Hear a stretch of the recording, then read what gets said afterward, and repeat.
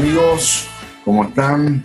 Hoy les voy a dejar el siguiente problema, que es calcular la altura de nuestro edificio, el más antiguo, donde se encuentran los dormis, sabiendo que a las 10 de la mañana su sombra medía 40 metros. ¿Sí? Son dos datos, 10 de la mañana, 40 metros de sombra. Pero les voy a dar una pequeña pista.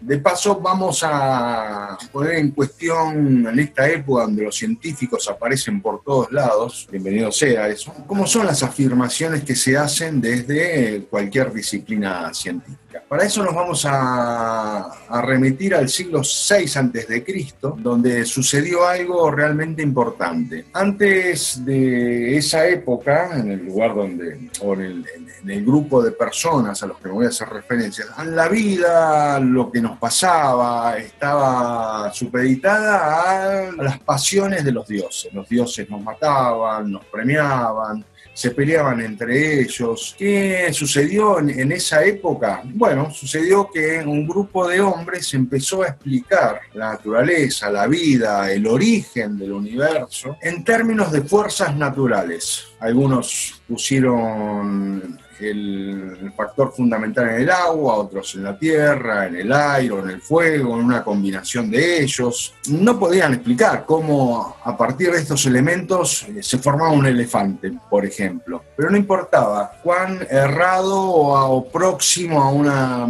cierta verdad habían estado. Lo importante es que sacaron todas esas pasiones y empezaron a pensar por ellos mismos en términos de fuerzas naturales. Y acá vuelvo al primer video, lo que es un modelo matemático, conectando dos mundos, el mundo de las ideas nuevamente, el mundo de las cosas. Habíamos dicho que esos dos mundos son muy conflictivos, ¿no?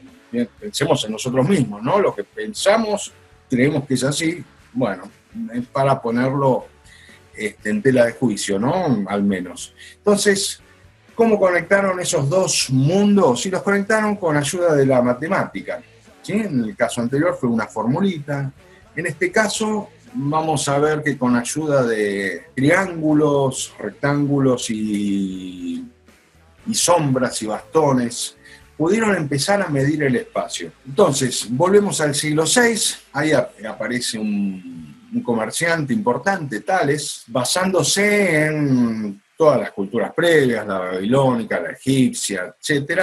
Tales pudo medir la altura de la pirámide de Keops con ayuda de un bastón y midiendo sombras. Entonces, este dibujito que están viendo aquí en pantalla esquematiza el experimento. Tenemos entonces un bastón, una sombra, la pirámide y su sombra. Claro, medir la altura de la pirámide de Keops desde este punto más alto hacia su punto central en la base, imposible, directamente.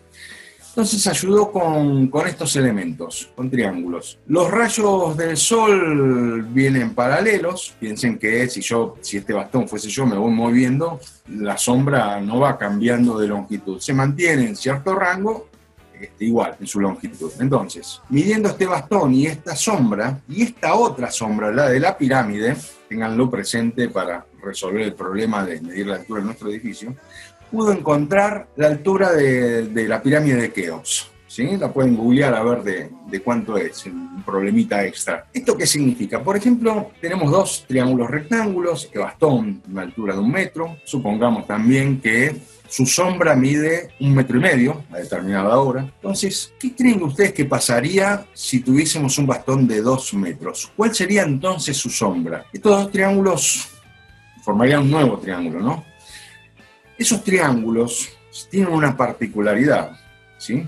Es como que se agrandan proporcionalmente. Piensen en esto. Con una simple regla de 3, la famosa regla de 3 simple de la escuela primaria, podemos entonces, sabiendo estas distancias, poder calcular la altura de un objeto. Bueno, los dejo aquí. Esperamos sus respuestas. Espero que acierten. Y bueno, nos vemos en el siguiente video.